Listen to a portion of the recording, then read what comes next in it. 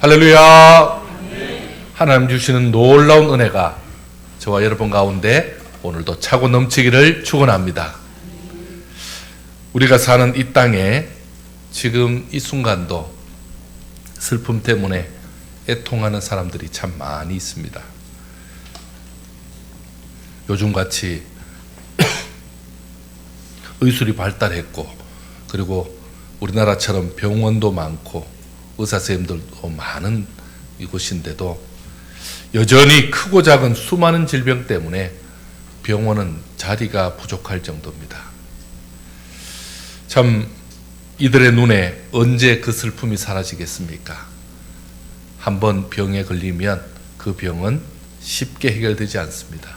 그리고 평생 언제 끝날지 모르는 그 병 때문에 고통받는 분들이 너무 많이 있습니다.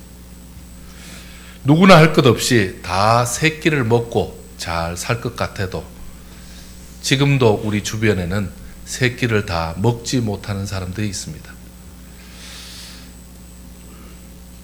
똑같은 새 끼를 먹는다 해도 여전히 가난하고 궁핍하여서 굶주린 사람들이 있다는 것입니다. 그들이 슬픔의 눈을 가지고 우리 가까이에 있다는 것을 기억해야 합니다. 이처럼 가난하고 궁핍한 자들은 세계를 돌아보면 더 많이 있습니다.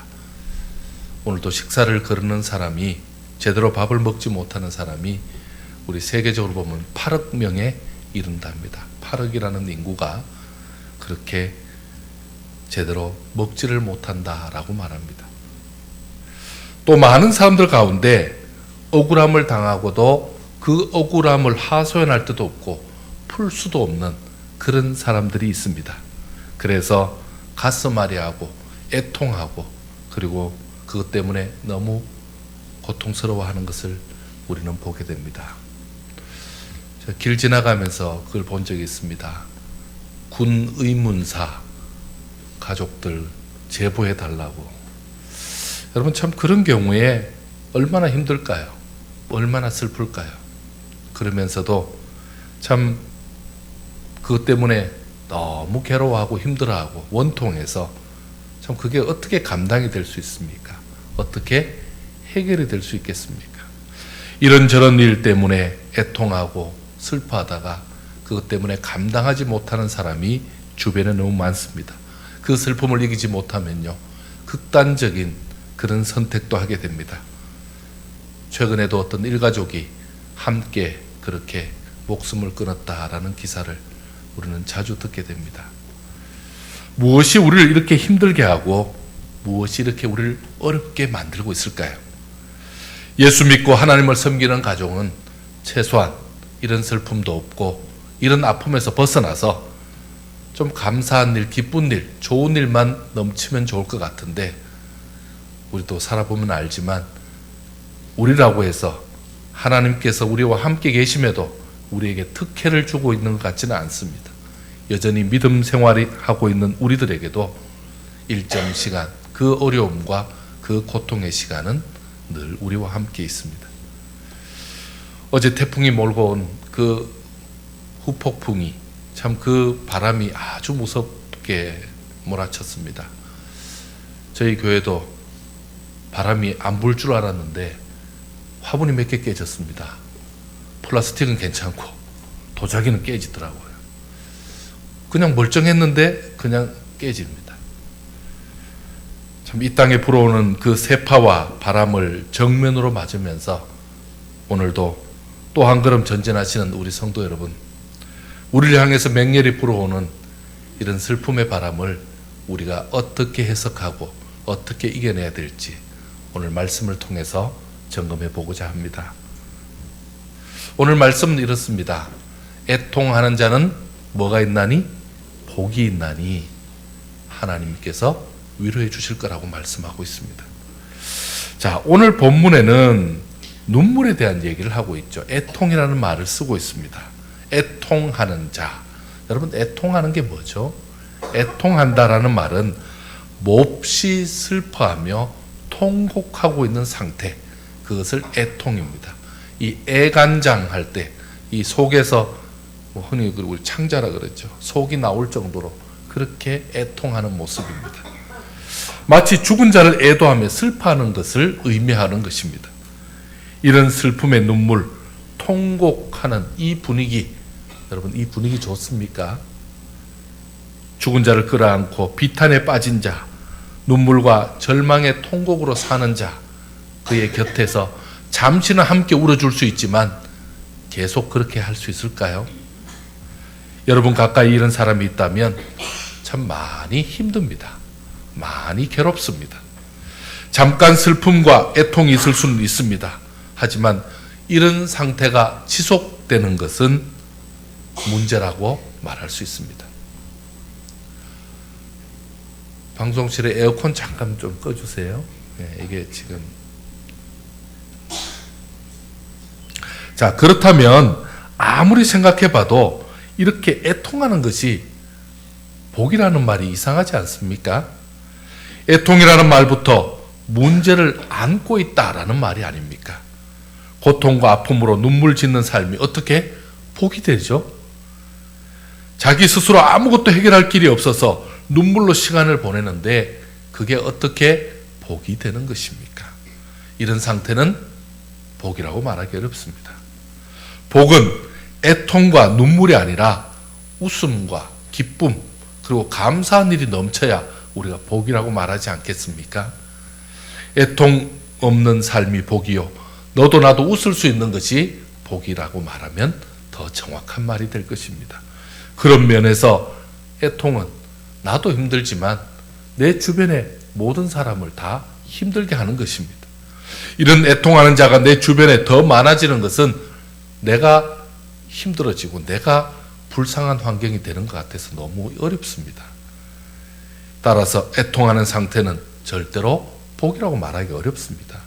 그런데 왜 예수님은 애통하는 자가 복이 있다고 말씀하는 겁니까?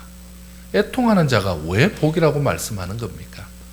오늘 그 의문을 풀려고 합니다. 예수님이 말씀하시는 애통이란 앞에서 언급한 불행과 고통을 해결할 수 없어서 그것 때문에 쏟아내는 절망과 아픔의 눈물을 말하는 것이 아닙니다. 여기서 말하는 애통은 예수님의 시각입니다. 애통은 무엇이라고요? 예수님의 시각입니다. 이 말은 예수님께서 나를 바라보시는 그 시각으로 나 자신을 바라보는 것을 말하는 것입니다. 예수님이 바라보시는 그 시각으로 나를 바라보는 것, 그것을 애통이라고 말합니다. 어떤 사람은 문제 있는 자신을 바라보아도 탄식하지 않는 사람이 있습니다. 지금 엄청난 문제가 있는데도 자기에 대해서 아무 느낌이 없습니다. 하지만 예수님의 시각으로 자신을 바라보는 사람은요, 애통하지 않을 수 없습니다. 히브리서 5장 7절에 보면 예수님께서 육체로 계실 때에 심한 통곡과 눈물을 보이셨다라고 말씀하고 있습니다. 여러분, 예수님이 뭐가 그렇게 통곡할 일이 있었습니까? 뭐가 그렇게 예수님이 애곡할 일이 있었습니까? 예수님이 자신을 본 겁니까? 예수님은 누구를 본 겁니까? 예수님의 눈으로 우리를 바라본 거죠. 이것이 예수님께서 죄를 바라보는 시각이셨습니다. 예수님께서 우리 죄를 바라보시면서 저들의 죄를 사하여 주옵소서. 저들은 자신의 죄를 알지 못합니다. 라고 그렇게 기도해 주셨습니다. 이것이 예수님께서 보여주신 애통입니다. 그러므로 애통하는 자는 자기의 죄를 철저히 바라보는 자를 말하고 있습니다. 애통하는 자는 죄의 심각성을 알기 때문에 그 죄를 씻어내려는 자입니다. 애통하는 자는 죄와 결별해 보려고 그 죄와 전쟁을 하고 있는 사람입니다. 애통하는 자는 죄를 끌어안고 떼굴떼굴 구르는 그런 사람을 말하고 있는 것입니다.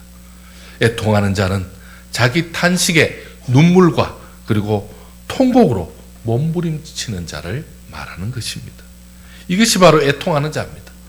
예수님 보시기에 이 사람이 바로 복된 자라고 말씀하는 것입니다.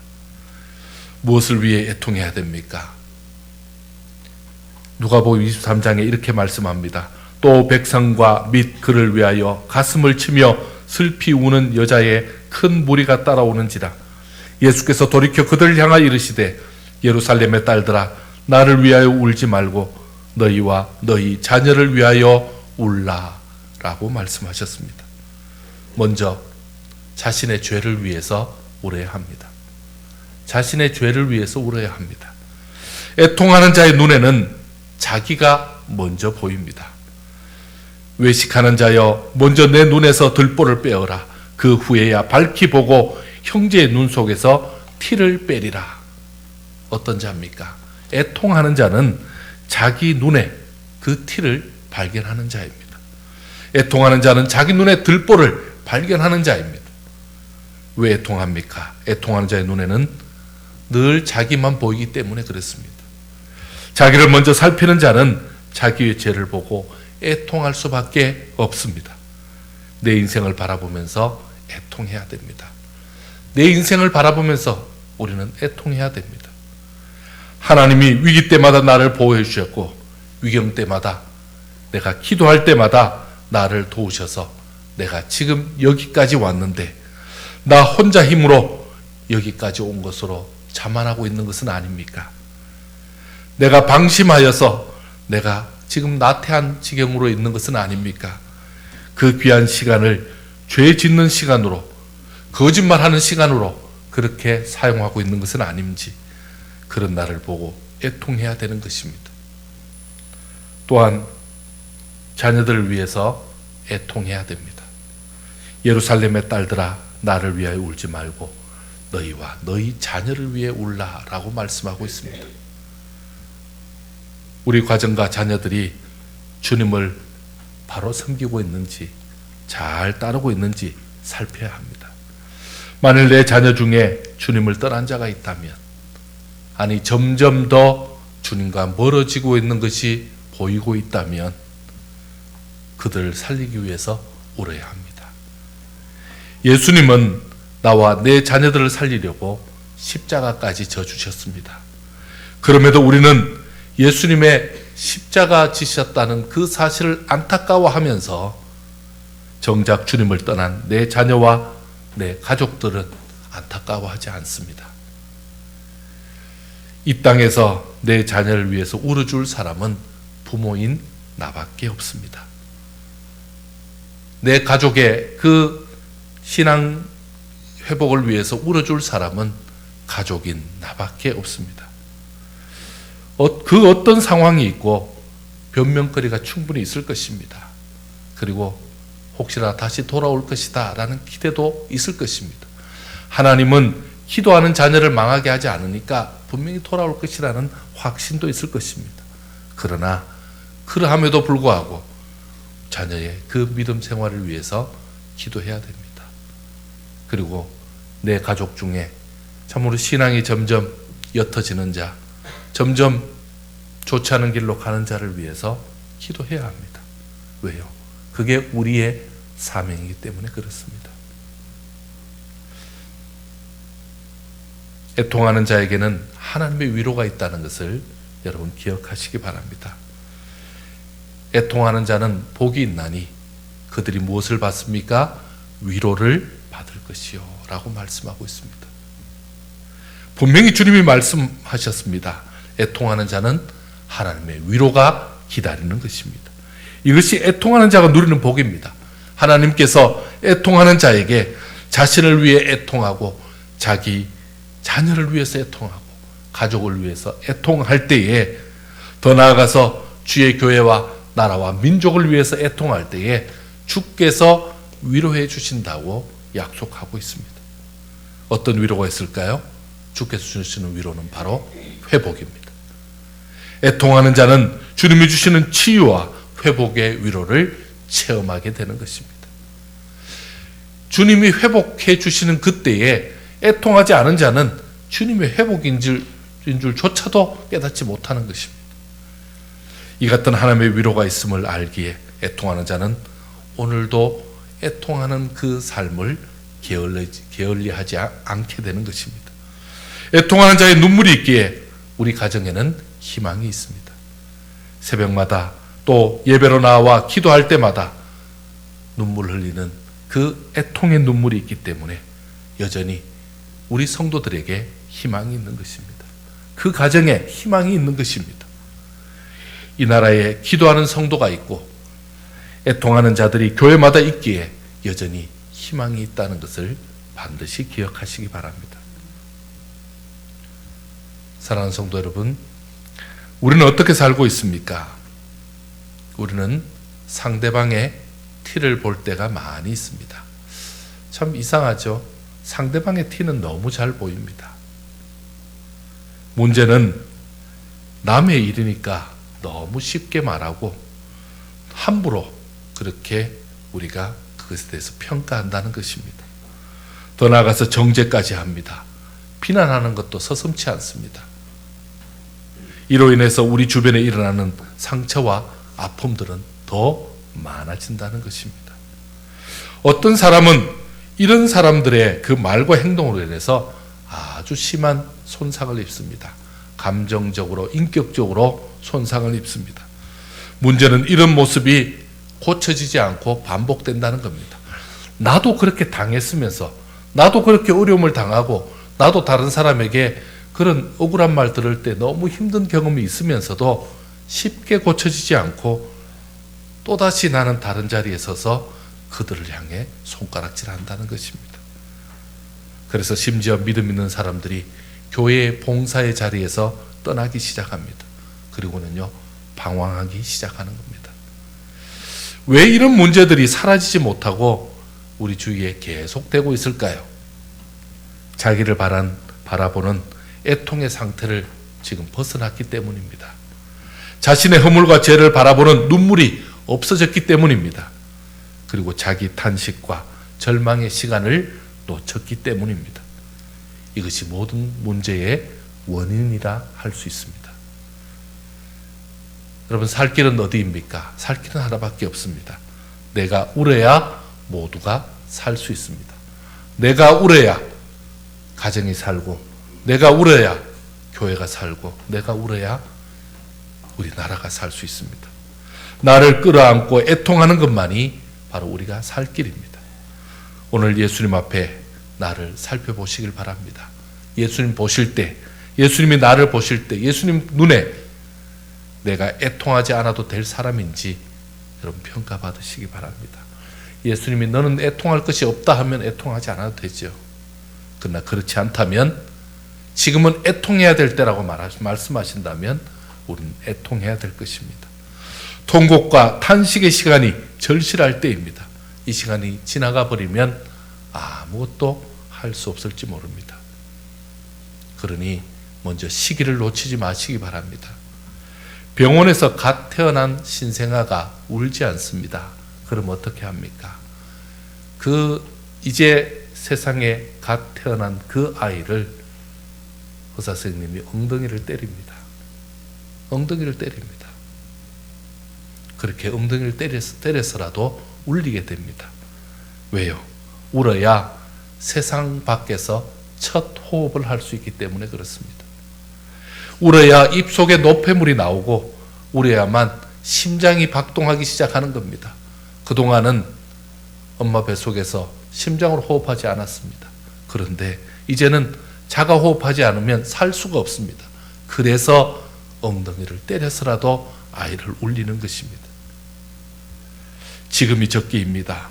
지금이야말로 내가 살기 위해서 애통해야 될 시기인 것입니다. 지금 반복되는 죄의 습관을 끌어안고 애통하면서 울어야 합니다. 왜 내 죄는 끊임없을까요? 계속 똑같은 죄입니다. 여러분, 죄를 우리는 아주 다양하게 지을 것 같은데 그렇지 않습니다. 내 죄는 똑같은 죄를 짓습니다. 문제는요, 그 죄가 계속 반복된다는 것입니다. 반복이 되면 될수록 아픈 것이 아니라 습관이 된다는 것입니다. 그리고 그 죄가 습관이 되어서 어쩔 수 없지, 내가 살아야 되니까 어쩔 수 없이 자꾸만 내가 투둔하게 됩니다. 그래서 죄가 점점 두꺼워집니다. 여러분, 그것이 습관이 됩니다. 그것을 끌어안고 애통해야 합니다. 하나님, 이 방법밖에 없습니까? 하나님, 내가 꼭 이렇게 살아가야 됩니까? 내가 여기서 탈피할 수는 없을까요? 우리 하나님 앞에 내어놓아야 합니다. 지금 애통하지 않으면 더 큰 문제와 시련으로 다가올 수 있습니다. 애통하는 자는 하나님 앞에서 우는 자입니다. 애통하는 자는 오직 하나님 앞에서 회개의 눈물을 흘리는 자입니다. 다른 사람 앞에서 우는 자가 아닙니다. 여러분, 어떤 분들은 자꾸 사람 앞에서 웁니다. 나를 좀 불쌍하게 달라고, 나를 좀 도와달라고. 여러분, 그것보다는 그래봤자 그 사람이 얼마나 큰 도움이 되겠습니까? 하나님 앞에 울어야 합니다. 여러분, 하나님 앞에 울어야 합니다. 하나님 앞에 우는 자는 하나님께서 붙들어 주십니다. 모든 원인을 자신으로부터 온 것을 인정하고 마치 자신의 장례를 치르는 것처럼 통곡하면서 울어야 하는 것입니다. 예수님은 애통하는 장소에 찾아오시는 것 아십니까? 예수님은 애통하는 자리에 찾아오십니다. 우리 주님은 애통하는 자를 홀로 두지 않으시는 분입니다. 애통하는 곳에 하나님의 위로가 있는 것입니다. 애통하는 자의 눈물을 닦아주고 그 탄식까지 받아주시는 분이 바로 우리 주님이십니다. 예수님은 애통하는 자의 심정을 너무도 잘 아시기 때문에 그를 붙들어주는 것입니다. 저도 요즘 기도하고 있는 부분이 있습니다. 제가 예전만큼 울고 있지 않다라는 것을 제가 많이 느낍니다. 저는 처음 신학할 때부터 참 많이 울었습니다. 왜냐하면 앞길이 막막하고, 그리고 가족들, 친척들이 믿지 않는 가운데서 나 혼자 이 길 어떻게 갑니까? 많이 울었습니다. 그리고 나는 구원받지만 우리 아버지, 어머니, 우리 가족들은 어떻게 합니까? 그것 때문에 많이 울었습니다. 여러분, 하나님 앞에 울 때마다 하나님께서는 위로해 주셨습니다. 하나님께서는 늘 말씀으로 은혜를 베풀어 주셨습니다. 그리고는요, 그 길을 하나님이 열어주셨습니다. 교회에 힘든 일이 있을 때마다 하나님 앞에 울었습니다. 하나님께서 그 길을 열어주셨습니다. 하나님께서는 분명히 우리 성도들의 삶 가운데 울고, 그리고 또 울고 또 애통할 때 그 마음을 만져주시는 분이 바로 우리 하나님이십니다. 여러분, 요즘은 어디서 마음껏 울기도 힘듭니다. 요즘 울기 쉬운 데가 없습니다. 왜냐하면 사람들 앞에서 울면 약해 보이고, 사람들 앞에서 울면 그 사람은 다른 사람 앞에 정말 또 다른 말을 듣기 때문에 함부로 울 수도 없습니다. 그러나 주님 앞에서 우는 것은 주께서 우리를 붙들어 주신다는 확신 가지고 우는 것입니다. 여러분, 우리는 회개도 잘 못합니다. 왜요? 다른 사람 들을까 봐. 주님만 들어야 되는데 다른 사람 들을까 봐. 그래서 우리는요, 좀 우리 어느 순간에 회개하지 않다 보니까 우리 입에 회개가 사라졌습니다. 여러분, 정기적인 회개가 필요합니다. 우리는 정기적으로 밥 먹잖아요. 때 되면 밥 먹잖아요. 그것처럼 우리도 회개를 해야 합니다. 날마다 빼먹지 않고 회개해야 합니다. 어떻게 해요? 오늘 이 하루를 회개해야 됩니다. 그럼 내 삶을 회개해야 됩니다. 지속적으로 반복해서 회개해야 합니다. 회개하는 자는 바로 애통하는 자일 것입니다. 회개하는 자는 주님 앞에 나와 우는 자이므로 그가 바로 애통하는 자가 될 것입니다. 그러면요, 하루를 넘기지 말고 매일 애통하는 자의 삶, 내 죄를 위해서, 내 자녀를 위해서, 그리고 교회와 나라와 민족을 위해서 그 애통하는 자를 주께서는 반드시 찾아와 주셔서 위로해 주신다라고 약속해 주셨습니다. 내 마음속에 두어서 그것이 병이 되고 그것이 나를 점점 더 힘들게 만드는 그 상태로 둘 것이 아니라 주님 앞에 내어놓고 기도하시기 바랍니다. 주님 앞에 내어놓고 애통하시기 바랍니다. 그때 주께서 우리를 만져주실 줄 믿습니다. 함께 기도하겠습니다.